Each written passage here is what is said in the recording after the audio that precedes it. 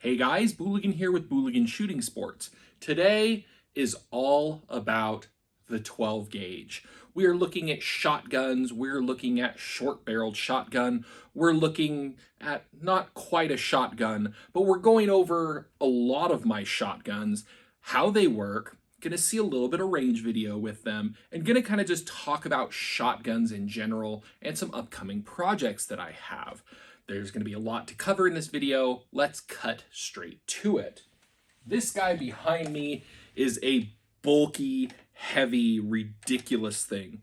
This is my SAS-12. It is a Chinese-made, imported back in the day, magazine-fed 12-gauge shotgun. These normally came with like a 30-inch barrel and a traditional shotgun style stock, but I am me and can't live with that. So I changed it up. It has an ATI stock adapter and a Black Aces tactical rail that I've modified to fit the front.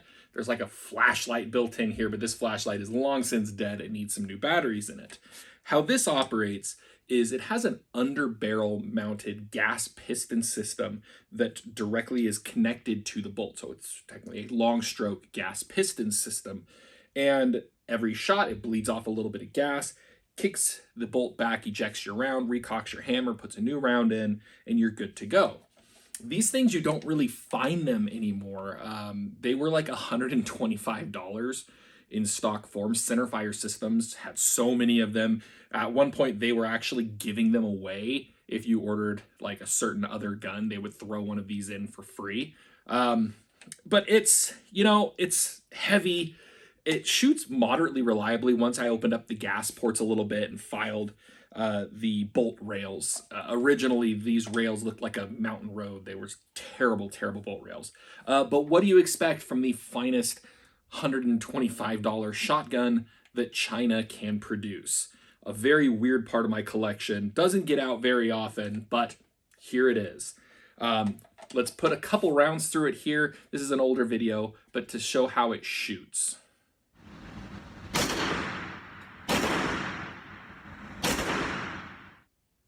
As you can see, little punchy blowback there, given that it knocked my camera over at the time.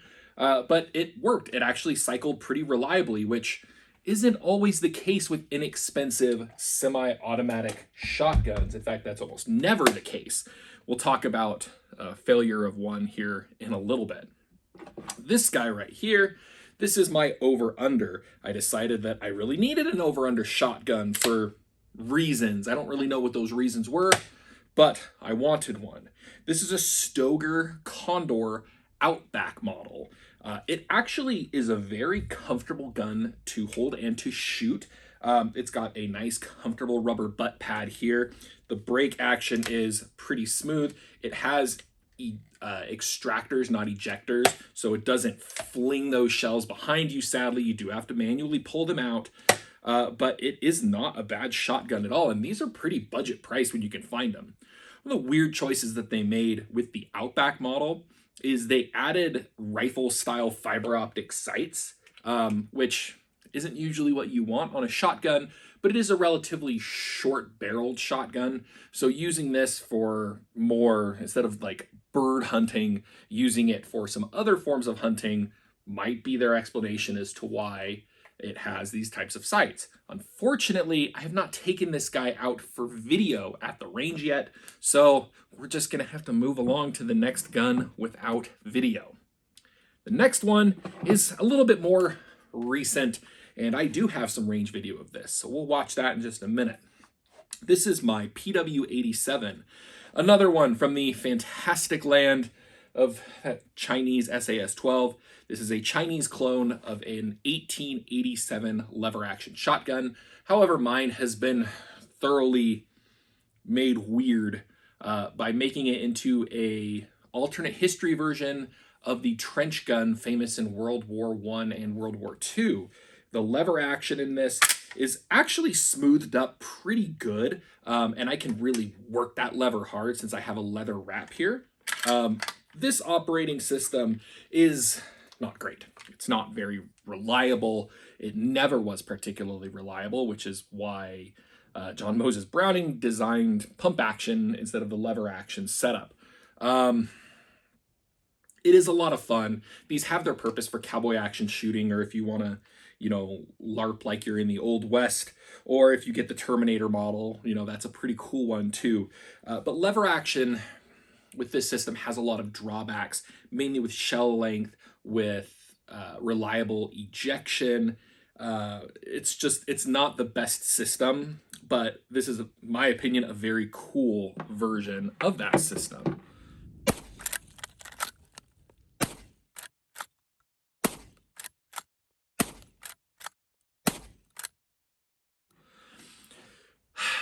We'll skip around a little bit here. At the end of this, we're going to do kind of a comparison between two hot button shotguns and a shotgun shell firing firearm. This is actually my latest shotgun acquisition.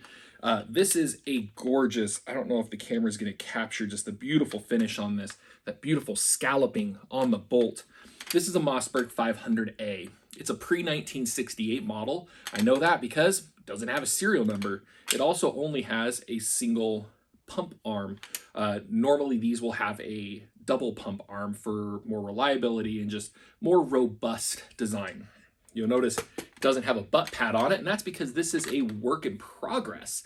The plan for this, when I picked this up, it had a standard tapered barrel. It didn't have this rib barrel on it, but I really wanted the ribbed barrel, and I also really want to make this into a short barreled shotgun, about 14 inches.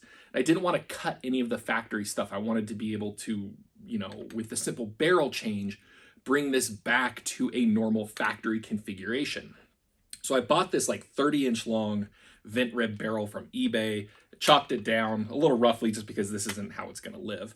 But this is chopped down to 20 inches just because at 18 and a half, it was in between ribs and it wasn't a good look. So it's at 20. I've had a few Mossberg 500 models back in the day. And we have a Mossberg 500 here, and the difference between the older ones and this one are just night and day. It cycles just so well. There's such a good mechanical clink when that little riser locks into place and holds that bolt in place. It's just, they don't make them like this anymore, and that's why I got this one.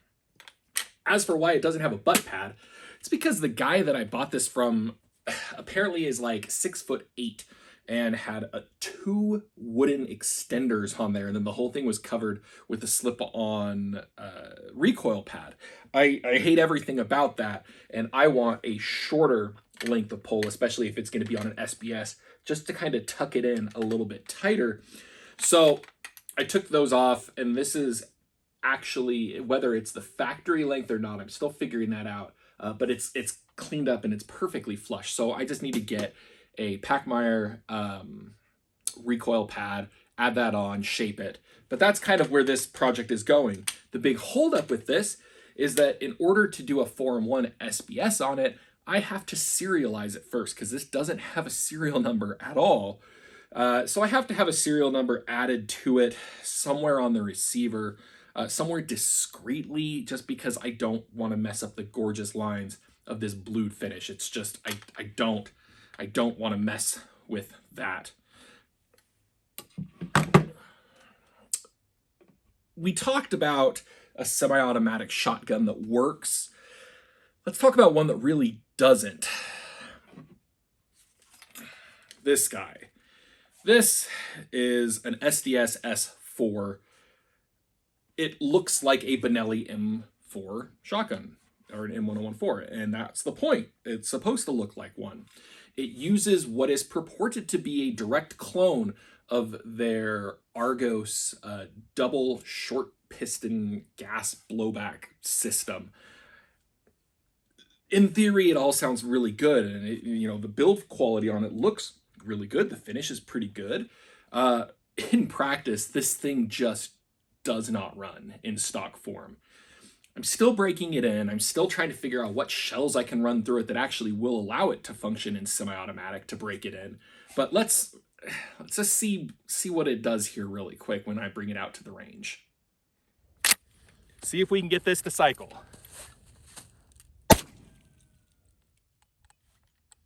Nope. Not impressive. I could not get it to cycle. I didn't bring out any slugs, but I did bring some normal velocity buckshot, some high velocity, or excuse me, normal velocity birdshot, high velocity birdshot, and some high velocity buckshot, and nothing would get this to reliably cycle. It would kick it out to about there. It wouldn't quite eject and just would not run. So, you know, this is Turkish made. The Turks do some okay things. They make some good shotguns. But until I can get this guy to actually run, sadly, the SDS S4 gets a big thumbs down from me. I was really hoping to put together a fun video for your guys, like, you know, for you guys playing like John Wick, my johnwish.com, and I just wasn't able to make it happen, unfortunately. But maybe if we can get it running, we'll see what we can do. Let's talk about the last shotgun on the table here before we talk about something that's not actually a shotgun. This is my Hatfield 12 gauge short barreled shotgun. I just did a YouTube short on this. If you guys didn't watch my end of year wrap up, I'm doing a YouTube short on every single firearm in my collection. I have a lot, so this is going to be like 2+ months of content for you guys. But you never know which one is going to be the one that picks up steam. And this one is the one that picked up steam. It is just getting so many views. It's out of control. But yeah, it's my little like cyberpunk styled Hatfield short barreled shotgun. It started as a shoulder stock equipped 30-inch barreled single shot shotgun. Because of that, it can only ever be a shotgun. It can't be an AOW. I have a lot of people who ask why, you know, there's no stock here. Why isn't this an AOW? You can't make an AOW from a shotgun. You can only make an AOW from a virgin receiver or from a pistol grip only shotgun. This was neither of those things. So it can only ever be a shotgun. But a lot of people ask, you know, what makes this cyberpunk? You know, you just threw some plastic furniture on an old gun design. That's not cyberpunk. And I'm like, well, the combination of low life and high tech by enhancing a sawed-off shotgun, a weapon normally used by criminals, with 3D printed furniture, really is cyberpunk in itself. But the fact that I took a lot of the design elements from this directly from classic cyberpunk media really is what makes it cyberpunk. I don't feel like having that conversation anymore because it is getting tiring. The comment section on that video is cancer. Go jump in every now and then if you want to see just the kind of garbage that I have to deal with. But anyways, this thing's ridiculous. I also have a wood furniture for this, a wood grip, and then that leather and brass wood handguard that I put together. But I really like it in this configuration. It's just super cool. Which begs the comparison. A lot of people ask, why do this when you can just get a Mossberg Shockwave? It's the same thing, only there's no tax stamp involved. Well, here's my Mossberg Shockwave. And this is a Mossberg Shockwave that I actually built about a year before Mossberg was making Mossberg Shockwaves. I didn't invent this type of firearm. I'm not going to make any sort of claims that I did. These were being made for like a decade before I built mine. It's just the timing is just kind of funny that as soon as I make it, all of a sudden it becomes a factory option, which is awesome because these things are a lot of fun. They're lovingly referred to as dumpster defenders or other less nice names because they are kind of terrible guns.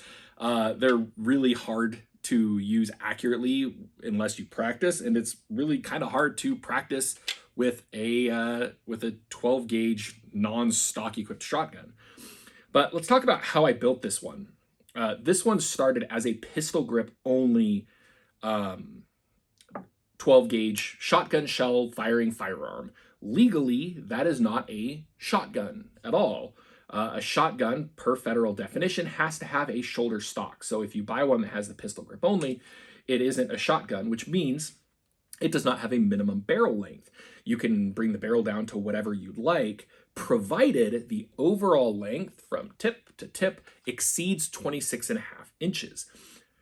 That math normally works out to about a 14-inch barrel and a bird's head grip like this. The bird's head grip adds length in the back, but also it's just comfortable. It's just a really good grip for firearms like this, especially because that recoil is going to go back, and with your wrist and arm aligned, instead of it like torquing your wrist in weird ways, what it does is instead goes straight back, and your elbow and your shoulder are what absorb the recoil.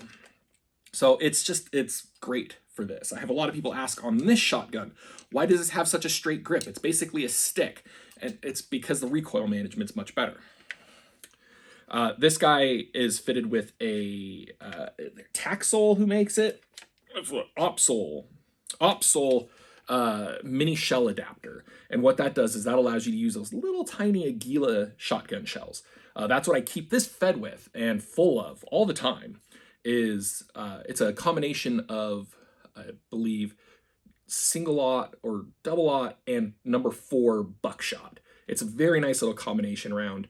A good combination of power on target combined with reduced recoil, as well as reduced over-penetration risks. But it's a great setup for this. You notice this big honking thing up front. That's a hand loop. That was actually the first thing I ever designed for 3D printing, ever. I actually haven't ever released this because I have a company that likes the idea so much that they're actually bringing this hand loop to market for me. So you'll actually be able to buy these things manufactured, probably out of machined aluminum here in the not too distant future. But again, the comparison between these two guns gets made a lot. I got a lot of people who are like, you know, why build this? Why waste the stamp on this when you can just get a Shockwave? Well, obviously, looking at these two side by side, it's kind of comparing apples to oranges. Yes, they both fire a 12 gauge round. However, comparing this tiny little, I mean, if this thing is folded up, it's not even the length of the receiver when this thing is folded up for storage. You really can't compare the two. The entire length of this is just a few inches, like 2 inches longer than just the barrel on this short-barreled, not a shotgun. And then comes the cost. In normal times, you can find a factory-built Mossberg Shockwave for about $300. During the weird COVID times, these things became like $400 or $500 guns. I built this for $300, and that's including the tax stamp.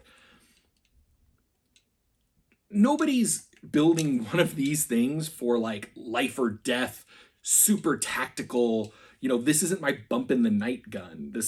That would be idiotic. It's a single shot 12 gauge. This is for like bringing out to the range and one-handing some low brass or two-handing every other type of shotgun shell. It's pretty comfortable to shoot that way. The furniture that I designed actually fits the ergonomics of your hand quite well. And the style on it is just super, super cool. This thing turns heads at the range every single time I bring it out. But like, this isn't a shotgun for doing serious work. Frankly, this isn't a shotgun for doing serious work. One, it's not a shotgun. Two, these things are not designed for doing serious work. Normally I have a flashlight mounted on this that has a very nice beam pattern that projects like a really nice beam out to where basically the spread is going to be. So if there were a situation where I were to grab this over everything else, it wouldn't be totally tactically incompetent. You can also do some interesting stuff with these using the decon tactics technique of cheek firing it. And there's a little strap you put on here to keep it from sliding back too far, keeps your hand in place, and you can cheek fire these pretty well without having a shoulder stock. So basically firing it the same as you would have with a shoulder stock, but without an actual shoulder stock. So you still get the small overall size. But you can certainly fire this without that. You can fire it as an extended technique as long as you are locking your support arm, and that's going to keep it from flying back into your face. In fact, let's watch to see a couple of rounds out of this out at the range.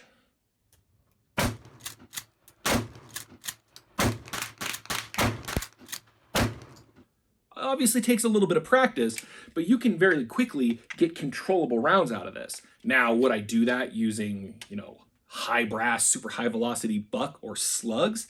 No, that's not the point. I mean, I run buckshot through this no problem, but maybe like softer recoiling buckshot, number 4 buckshot would be great for something like this.